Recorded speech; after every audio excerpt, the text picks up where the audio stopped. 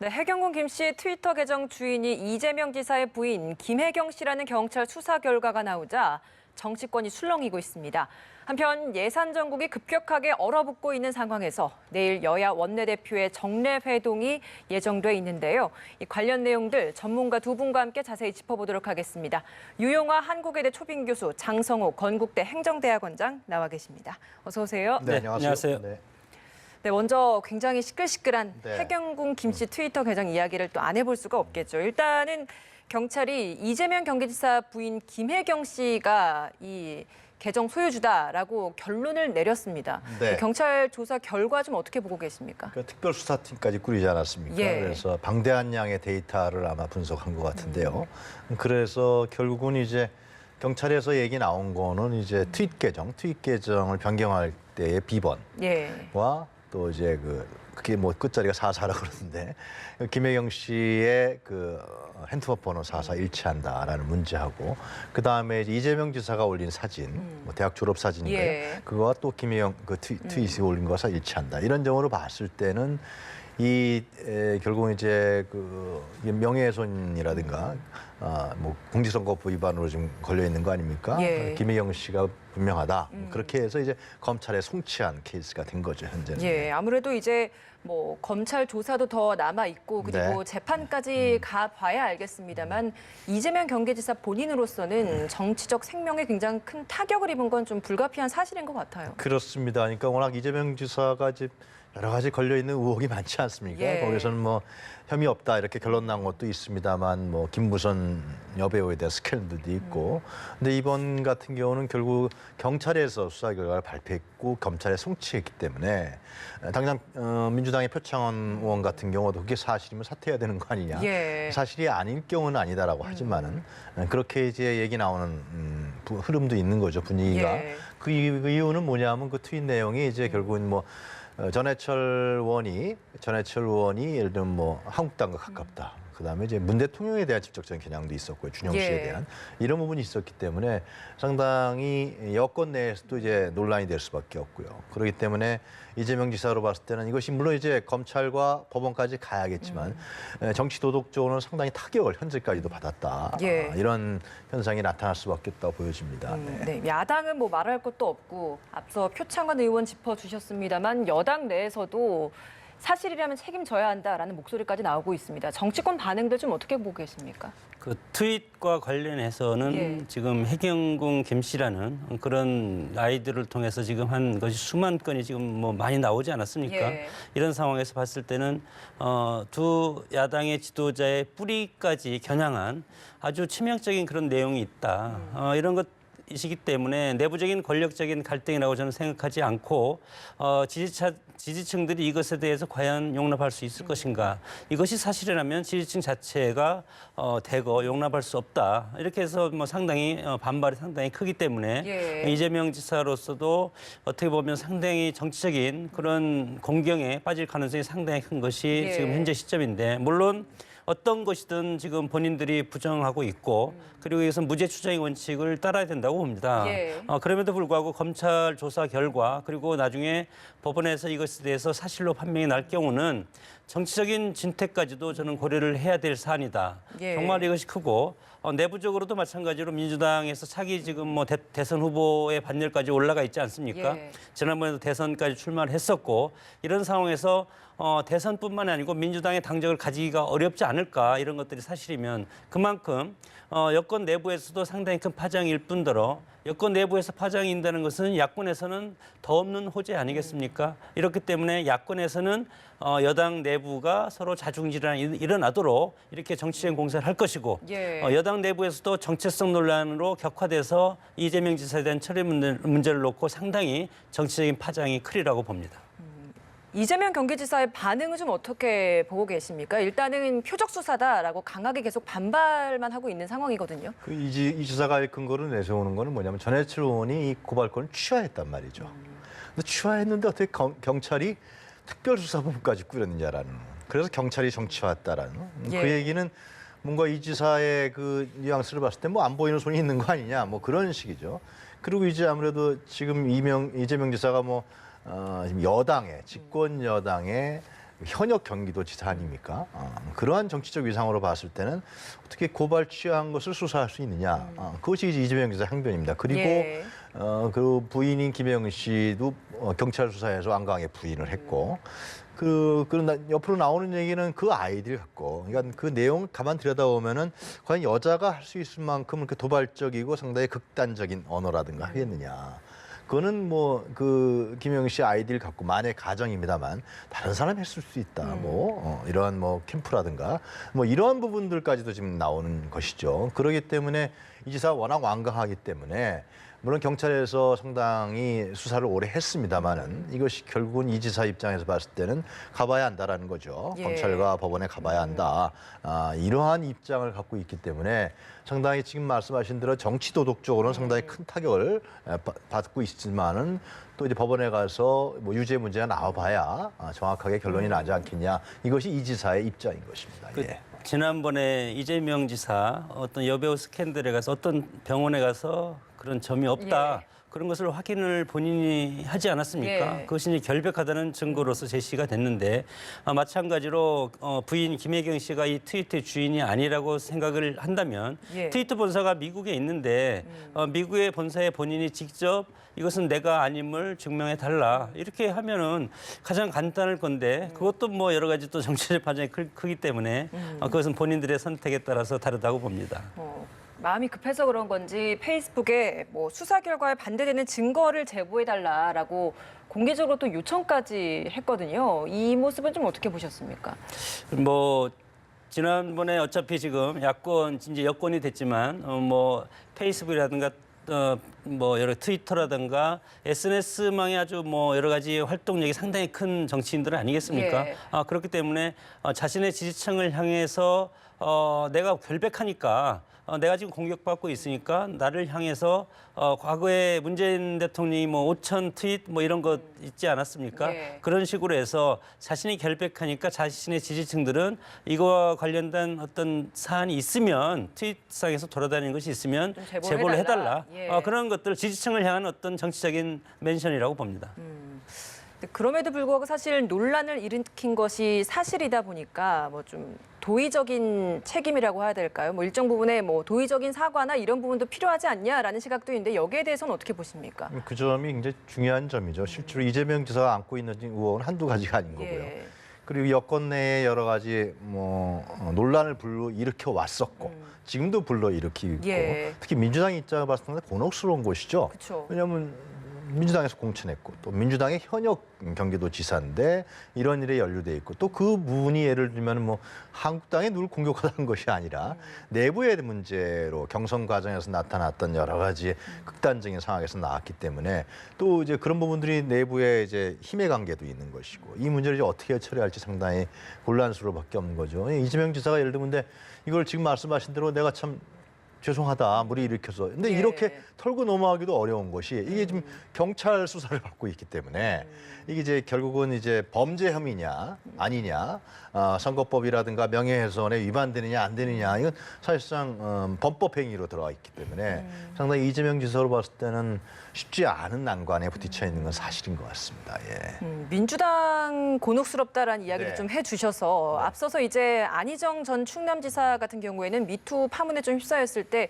굉장히 빠르게 제명이나 이런 조치를 취했었거든요. 근데 이번에 이재명 경기지사 같은 경우에는 좀 민주당이 어떤 조치를 취할 거라고 보십니까? 미투 사건은 워낙 반향이 컸었죠. 예. 실제로 뭐 안희정 지사의 혐의 여부를 떠나서 상당히 반향이 컸기 때문에 바로 그날 저녁인가 아마 그 당시 추미애 대표였을 때 예. 그 입장이 나왔던 걸로 제가 기억하는데 이 문제는 워낙 논란이 되고 있는 겁니다. 논란이 되고 있고 또 이 지사가 완강하게 부인하고 있고 결국 이것은 이제 경찰이나 검찰에서 어떠한 혐의를 입증하느냐 증거가 어떤 것이냐 증언이 어떤 것이냐 이런 문제가 있기 때문에 예. 민주당 입장에 봤을 때는 이 사태가 결국 법적으로 종결되기 전까지는 어떤 조치를 취하기가 상당히 어려운 거죠.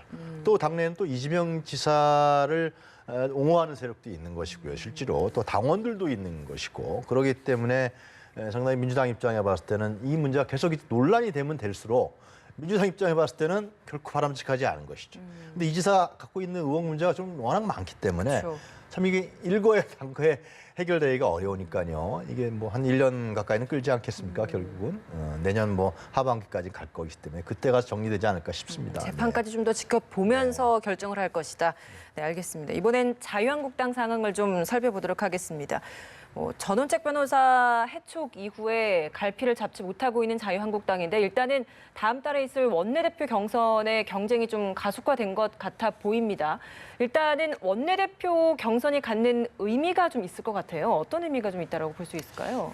그 비대위원장보다 훨씬 더 큰 그런 권한을 앞으로 갖고 장기적으로 갖는 상당히 비중이 큰 자리라고 생각이 들고 예. 비대위가 계속 갈 경우 원내대표와 정책위의장이 러닝메이트로 같이 비대위원회 당연직 위원으로 들어가기 때문에 그리고 혹시 비대위에서 조강특위원이 활동하면서 지역위원장을 교체할 경우에 그 결정권도 원내대표 정책위의장이 깊숙이 관여하고 네. 그리고 원내대표는 원내사령탑 아니겠습니까? 지금 김병준 비대위원장은 원내사령탑 국회보다도 한국당 그 내부적인 그런 비대위원장으로서 당대표 역할을 하고 있는데 네. 원내대표는 당뿐 아니라 원내 사령탑으로서 원내 주요 여러 가지 정책 현안을 핸들링할 수 있는 아주 중요한 자리에 있고 그리고 김병준 비대위원장이 현역이 아니기 때문에 원내에 대한 어떤 영향력은 그렇게 크지 않지 않습니까? 예. 이런 상황에서 엄청나게 큰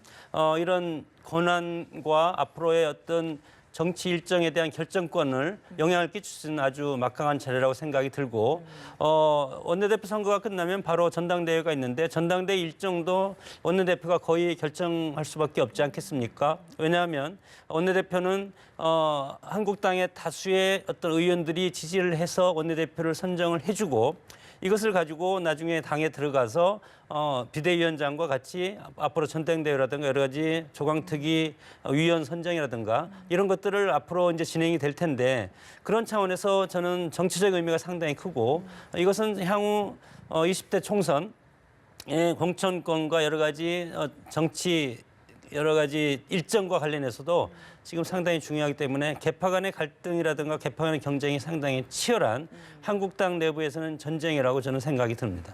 좀 잠잠해지나 싶었던 계파 갈등이 다시 수면 위로 좀 올라올 것 같다는 생각이 많이 드는데 그럼 이번 경선에서의 가장 중요한 변수라고 하면 어떤 게 있을까요? 개파 문제죠. 예, 그러니까 그것이 과연 이제 뭐 지금 친박 잔류파, 비박 복당파 이렇게 나오지 않습니까? 예. 결국은 이 얘기는 박근혜 전 대통령의 탄핵과 관련돼서 정치인들과 정치 세력이 한국당 내에 나눠져 있는 부분이 아직도 정리가 안 돼 있다라는 겁니다. 예. 정치적 이해관계 때문에 그런 거죠. 개인적 이해관계, 그 안에 계파적 이해관계. 그러나 이미 국민은 다 정리하지 않았습니까? 탄핵하고 파면하고 거리에 다 나왔고 그다음에 재판까지 해서 유죄까지 받은 사실인데 이런 점을 봤을 때는 아직도 한국당이 국민이 바라고 있는 정치하고는 상당히 동떨어진 가운데서 자신들의 정치적인 이해관계와 셈법에서 움직인다라는 겁니다. 그래서 예. 이번에 원내대표를 바라보는 중요한 변수도 뭐 친박계도 나오고 비박계도 나오고 중도 개구 다 나오고 초재선들이 뭐 중요한 힘을 발휘할 것이다 이런 뭐 얘기가 나오지만은 결국은 계파 간의 이 세력이 누가 더 이번에 힘을 얻느냐. 또 원내대표니까요. 이 계파 간의 갈등과 조정을 자기가 얻으면서 비박계도 좀 또 얻어야 되고 친박계도 힘을 얻어야 되고 과연 그런 부분들을 조정할 수 있는 사람이 누구냐. 이런 부분이 가장 변수가 될 거예요, 실제로. 예. 그리고 두 번째로는 이제 이번에 원내대표 경선을 바라보는 데 있어서는 한국당 내에서는 결국 이제 내년 전당대회 전초전이다 이겁니다. 예. 그렇기 때문에 전당대회가 결국 이제 김병준 호가 상당히 지금 좌초 위기에 있기 때문에 결국 내년 전당대회를 통해서 한국당이 정리될 수밖에 없다는 것이 일반적인 여론이란 말이죠. 그런 거 봤을 때 이번에 원내대표 경선에서 어느 계파가 과연 힘을 더 쏟을 수 있을 것이냐. 어느 계파를 대변하는 사람이 강하게 대변하는 사람이 원내대표가 될 것이냐. 그거에 따라서 내년 전당대회가 달라질 것이고 또 이제 그것은 연이어서 향후 총선의 공천과 관련되는 이러한 흐름이 있기 때문에 이번 하여튼 원내대표 경선은 국민들로부터는 별로 관심을 받지 못하지만 한국당에 있는 정치인들 입장에 봤을 때는 굉장히 생사가 걸려 있는 문제라 볼 수 있는 거죠. 장 교수님께서 보시기엔 어떤 게 가장 중요한 변수라고 보시나요? 혹시 개파입니까? 네. 한국 정치는 개파 정치입니다. 이것을 우리가 비판을 하지만 어차피 영고주의에서부터 시작돼서 지연, 혈연, 학연, 종교 여러 가지가 있고 그리고 정당에 들어서 지역적인 그런 여러 가지 파벌도 있고 특히 한국 정치는 특정한 지도자를 중심에서 뭉치는 그런 경향이 상당히 강하기 때문에 예. 보수 정치라는 그런 비판도 듣지만 한국의 정치가 옛날에 과거에 그 민주당에서 신파구파부터 해서 파벌 싸움이 치열하게 진행이 됐던 그런 경험으로부터 해서 지금까지 개파 정치에서 떠날 수가 없고 결별할 수가 없는 것이 현실이다. 저는 그렇게 봅니다. 예. 물론 비판이 되지만 이런 것들은 척결해야만이 정말 깨끗한 정치고 국민을 위한 정책 정당이 돼야 되는데 결국은 정치는 투쟁 아니겠습니까? 그런 투쟁의 어떤 전선에 들어서기 위해서는 예비 투쟁을 하고 서로에 대해서 강력한 투쟁 전선을 펼쳐야만이 또다시 새로운 더 큰 투쟁을 위해서 그런 마당에 들어가는 그런 어떤 여러 가지 단계가 있는 것처럼 한국당도 마찬가지로 지금 친박과 비박 물론 비박 말고 친박 비박 또는 돌박이라는 그런 여러 가지 신조어가 있지만 이런 것들이 저는 다 같이 모여갈 수밖에 없다. 이렇게 생각이 들고 그렇게 될 경우에 선거가 다가오면 서로 나눠먹게 할 수밖에 없을 것이다. 이렇게 생각이 듭니다. 예. 다만 이것이 성공하기 위해서는 집권 여당인 민주당이 지금 같은 지지율이라든가 문재인 대통령의 지지율이 유지되면 한국당의 개파 갈등은 아무 의미가 없고 그러나 민주당이 정책적인 실패를 하고 문재인 대통령이 여러 가지 정치적인 어려움을 혹시 겪는다면 그러면 1년 뒤 총선이 있지 않겠습니까? 예. 그럼 국민들이 대안 세력을 찾는데 대안 세력을 찾는 것은 지금의 한국당이라든가 야당한테 이제 눈을 돌릴 것이다. 그러면 개파라는 그런 비난보다도 새로운 대안 정당을 찾을 때 그때 개파가 숨어서 들어갈 수 있는 그런 공간이 생길 텐데 그럼에도 불구하고 저도 개인적으로는 개파 정치는 하면 안 된다 이렇게 비판을 하지만 예, 아무래도 한국 개파가 중요한 변수가 될 정치의 것이다. 1950년부터 지금까지 한국의 정당 정치사를 보면 개파 정치를 벗어나서 이루어진 정치는 거의 없다. 그리고 정권을 잡으면 정권이 잡은 세력이 또 들어가서 그 정권을 담당하고 있지 않습니까? 이런 것들이 어떤 탕평 정치 그리고 개파, 탈개파 정치를 해야 되는데 그런 것들이 상당히 어려운 구조다 그렇게 봅니다. 이 변수는 어떨까요? 최근에 이제 보수 야권 중심으로 반문연대 움직임 일고 있잖아요. 근데 사실 이 반문연대에는 개파가 없어요. 친박계, 비박계 뭐 이런 거 다 섞여서 한꺼번에 이걸로 지금 반문연대다라는 것으로 똘똘 뭉쳐 있는데 혹시 이걸 중심으로 뭉쳐서 이번 원내대표나 나아가서 이제 전당대회나 이런 거에서도 뭉칠 가능성도 있다라고 보십니까? 근데 저는 이제 문재인 대통령이 차기 대선에 안 나오잖아요. 그죠?